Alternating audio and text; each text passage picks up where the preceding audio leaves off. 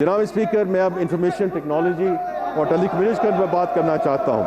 پاکستان میں information technology کا شعبہ تیزی سے ترقی کر رہا ہے۔ یہ شعبہ ملک کی ترقی اور ایکسپورٹ بڑھانے میں نہایت اہم کردار ادا کر رہا ہے۔ گزشتہ ایک سال میں اس شعبے میں کئی اہم کامیابیاں حاصل ہوئیں، جس کی تفصیل درج ذیل ہے۔ آئی ٹی کے شعبہ کی برآمدات میں 20% سے زائد کی سالانہ شرح نمو سے بڑھ رہی ہیں۔ اس سال یہ برآمدات 4.5 ارب ڈالر تک پہنچنے کی توقع ہے۔ اس طرح یہ شعبہ برآمدات میں اضافے کے اعتبار سے سب سے تیزی سے بڑھنے والے شعبوں میں سے ایک ہے۔ اس سال مارچ میں 5G اسپیکٹرم کی کامیابی سے نیلامی کی گئی، جسے دنیا کے سب سے بڑی اسپیکٹرم نیلامیوں میں شمار کیا جا رہا ہے۔ اس کے ذریعے 5 شہروں میں 5G سروس شروع ہو چکی ہے۔ حکومت نے رائٹ آف وے چارجز کو ختم کیا، جس کے نتیجے میں 2024 کے 20 لاکھ گھروں کے مقابلے میں 50 لاکھ گھروں میں فائبر لائنز دستیاب ہیں، اور ٹیلی کام ٹاورز کی فائبرائزیشن 14% سے بڑھ کر 18% ہو چکی ہے۔ حکومت نے پاکستان کی پہلی نیشنل آرٹیفیشل انٹیلیجنس کی منظوری دی۔ گزشتہ ایک سال میں 10 لاکھ کے قریب پاکستانی نوجوانوں کو آئی ٹی اور مصنوعی ذہانت کی مہارتوں پہ تربیت دی گئی۔ ڈیجیٹل نیشن پاکستان ایکٹ کے تحت ہم نے ملک میں ڈیجیٹل ٹرانسفارمیشن کی قانونی بنیاد رکھ دی ہے۔ اس کے تحت national digital I D, national exchange layer اور اوپن ڈیٹا ایکو سسٹم جیسے منصوبے شروع ہو چکے ہیں۔ مرکزی حکومت، عدالتی نظام اور پارلیمنٹ میں ڈیجیٹل عدلی کا سفر پر گامزن ہے۔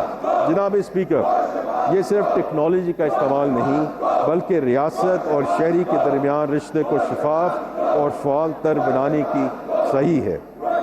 جناب اسپیکر، 2023 میں ہمارا ملکی قرض debt to G D P 75% کے برابر تھا، جو پچھلے مالی سال میں کم ہو کر 7.7% اور اس سال مزید کم ہو کر تقریباً 68.5% کی سطح تک آ چکا ہے۔ یہ پیش رفت ایک منظم medium term debt management strategy پر عمل درآمد کا نتیجہ ہے۔ گزشتہ 2 سالوں میں حکومت نے 4,900 ارب روپے کا قرض قبل از وقت واپس کیا یا سستے قرض سے تبدیل کرتے ہوئے اپنا بوجھ کم کیا۔ ہم نے سرمایہ کاروں اور مصنوعات کی ڈائیورسفیکیشن کو خاص ترجیح دی ہے۔ خاص طور پہ انشورنس سیکٹر کے لیے طویل مدتی زیرو کوپن بانڈ کا اجرا کیا اور شرعیہ اصولوں کے مطابق فنانسنگ کا حصہ بڑھایا گیا، جبکہ بین الاقوامی سطح پر مختلف بانڈز کے اجرا کے ذریعے سرمایہ کاری کی بنیادوں کو وسعت دی ہے۔ ہمارا مقامی قرض کا ایوریج ٹائم ٹو میچورٹی 2024 میں 2.8 سال تھا، جو اب مئی 2026 میں بڑھ کر 3.8 سال ہو گیا ہے، جس سے اس قرض کے ری فنانسنگ رقم میں نمایاں کمی ہوئی ہے۔ ٹیلی کام کمپنیوں کے ڈیجیٹل والیٹس کے ذریعے عوام کو حکومتی بانڈز میں براہ راست سرمایہ کرنے کے لیے مواقع فراہم کر رہے ہیں، اور انشاءاللہ اگلے ہم ہفتے سے 2 ہفتے میں اس کا ایک عملی پلان بھی دیکھیں گے اور اس کی ہم انوگریشن کرنے جا رہے ہیں۔ ان تمام اقدامات کا مقصد یہ ہے کہ ملکی قرض آنے والے برسوں میں نہ صرف کم ہو، بلکہ زیادہ متنوع، سستا اور مزید مستحکم بنیادوں پر استوار ہو۔ اب میں SIFC کا ذکر کرنا چاہتا ہوں، جو پاکستان میں سرمایہ کاری میں فروغ کا ایک اہم انیبلر بن چکا ہے۔ گزشتہ ایک سال SIFC نے 12 مختلف شعبوں میں متعدد مقامی اور بین الاقوامی سرمایہ کاری منصوبوں کو سہولت فراہم کی۔ ان اقدامات کے ٹھوس نتائج واضح ہیں۔ میں 2-3 مثالوں کے ذریعے SIFC کے اہم کردار پر روشنی ڈالنا چاہوں گا۔ ان میں سب سے پہلے پاکستان اسٹیل ملز کی 6,860 ایکڑ اراضی کو ایک خصوصی اقتصادی زون کے طور پر فعال کرنا ہے۔ یہ منصوبہ ملک میں معاشی سرگرمی میں اضافہ کرے گا۔ تھر کول ریلوے منصوبہ پہ بھی SIFC کی افادیت کا منہ بولتا ثبوت ہے۔ پاکستان ریلویز اور حکومت سندھ کی مشترکہ مالوی معاونت سے شروع کیے گئے اس منصوبے سے مقامی توانائی کے ذخائر قومی نقل و حمل کے نیٹ ورک سے جوڑنے میں مدد ملے گی۔ اس سلسلے کا ایک اور بڑا قدم ویئر ہاؤسنگ کے شعبے کو باقاعدہ طور پر صنعت کا درجہ دینا تھا۔ اس اقدام سے سپلائی چین کی لاگت کم ہوگی اور کئی شعبوں کو فائدہ پہنچے گا۔ جناب اسپیکر، یہ بجٹ ایک واضح اور بامقصد حکمت عملی کے تحت ترتیب دیا گیا ہے۔ بجٹ کی سب سے اہم ترجیح ملک میں پیداواری صلاحیت کو بڑھانا، اور برآمدات کو فروغ دینا ہے۔ اس مقصد کے لیے ہم برآمدی صنعتوں کو ٹیکس مراعات دے رہے ہیں اور ایکسپورٹ فائنانس اسکیم کے ذریعے ایکسپورٹرز کے لیے وسائل فراہم کر رہے ہیں تاکہ ہمارے ایکسپورٹرز بین الاقوامی منڈیوں میں مزید مؤثر انداز میں مقابلہ کر سکیں۔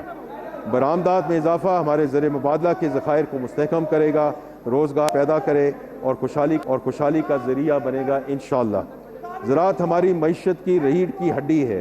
ہم نے زراعت کے فروغ اور کسانوں کو آسان قرضہ جات کی فراہمی کے لیے کئی اقدامات کیے ہیں۔ اسی طرح انفارمیشن ٹیکنالوجی کے شعبے کو مزید ترقی ہماری ترجیحات میں شامل ہے۔ جناب اسپیکر، یہاں میں واضح کرتا چلوں کہ ملک میں روزگار کی فراہمی ہماری اہم ترجیح ہے۔ اس حوالے سے آگے بڑھنے کا واحد راستہ ایسے کاروباری ماحول کی فراہمی ہے جس میں نجی شعبہ پھلے پھولے، ملک میں کاروبار کو فروغ ملے اور روزگار کے مواقع پیدا ہوں۔ ہمیں قوی امید ہے کہ پرائیویٹ سیکٹر خصوصی صنعتی شعبے کے فروغ سے ملک میں روزگار کی فراہمی بہتر ہوگی۔ جناب اسپیکر، اس بجٹ کی ایک اور اگلے سال کے ٹیکسوں کے بوجھ میں اضافے کی بجائے ٹیکس کمپلائنس اور انفورسمنٹ کے ذریعے آمدن بڑھانا ہے۔ اس حوالے سے نہ صرف ہم جدید انفورسمنٹ اور کمپلائنس نظام کے استعمال میں توسیع لا رہے ہیں بلکہ FBR کی تنظیم نو بھی جاری ہے، جس کی تفصیل میں آگے جا کر بیان کروں گا۔ جناب اسپیکر، خطے کی غیر یقینی صورتحال اور ملکی دفاع کو ناقابل تسخیر بنانے کے لیے دفاعی شعبے کے بجٹ میں خاطر خواہ اضافہ کیا گیا ہے۔ بجٹ 26-27 میں ایک اہم ترجیح نوجوانوں کو ہنرمند بنانا اور ضروری وسائل کی فراہمی کو یقینی بنانا ہے تاکہ وہ اپنے لیے روزگار پیدا کر سکیں اور ملک کی ترقی میں حصہ ڈال سکیں۔ ملک کے کم آمدنی والے طبقے کے لیے بے نظیر انکم سپورٹ پروگرام کی وساطت سے وسائل کی فراہمی میں اضافہ کیا جا رہا ہے۔ اسی طرح دانش اسکول نیٹ ورک کو بھی توسیع دی جا رہی ہے تاکہ کوئی ذہین بچہ وسائل کی کمی کی وجہ سے تعلیم حاصل کرنے سے محروم نہ رہے۔ بجٹ میں خیبر پختونخوا کے نئے ضم شدہ اضلاع، گلگت بلتستان اور آزاد جموں کشمیر کے لیے بھی خاطر خواہ رقم مختص کی گئی ہے تاکہ وہاں بھی عوامی سہولیات کی فراہمی کو بہتر کیا جائے۔ جناب اسپیکر، اب میں مالی سال 26-27 کے بجٹ کے اہم خد و خال پیش کرتا ہوں۔ مالی سال کام کرنے والے پلانٹس کے لیے بھی گیس مختص کی گئی۔ جناب اسپیکر، حکومت نے تیل اور گیس کے دریافت کے درمیان بھی اہم کامیابی حاصل کی ہیں۔ پاکستان نے 20 سال بعد آف شور لائسنسی کے 24 بلاکس قومی اور بین الاقوامی ENP کمپنی کو الاٹ کیے ہیں۔ یہ پاکستان کی آف شور آئل اینڈ گیس ایکسپلوریشن کی تاریخ کا سنگ میل ہے۔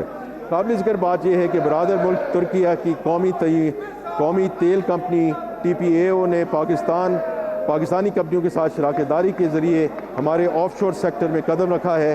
مالی سال 25-26 کے دوران ENP شعبے میں سرمایہ کاری $1 ارب سے تجاوز کرنے کی توقع ہے۔ اس عرصے میں 17 نئی تیل اور گیس کی دریافتیں ہوئیں جن سے مقامی پیداواری استعداد میں 108 MMCFD گیس اور تقریباً 16,000 بیرل یومیہ تیل کا اضافہ ہوا، جبکہ پروڈکشن میں اضافہ کے ذریعے مزید 229 MMCFD گیس اور 13,000 بیرل تیل قومی نظام میں شامل ہوا۔ جناب اسپیکر، معدنیات کے شعبے میں ہمارا فلیگ شپ منصوبہ ریکوڈیک اس سال فائنینسنگ اور امپلیمنٹیشن کے کئی اہم سنگ میل عبور کر چکا ہے۔ ہم اس منصوبے کی بروقت تکمیل کے لیے پرعزم ہیں۔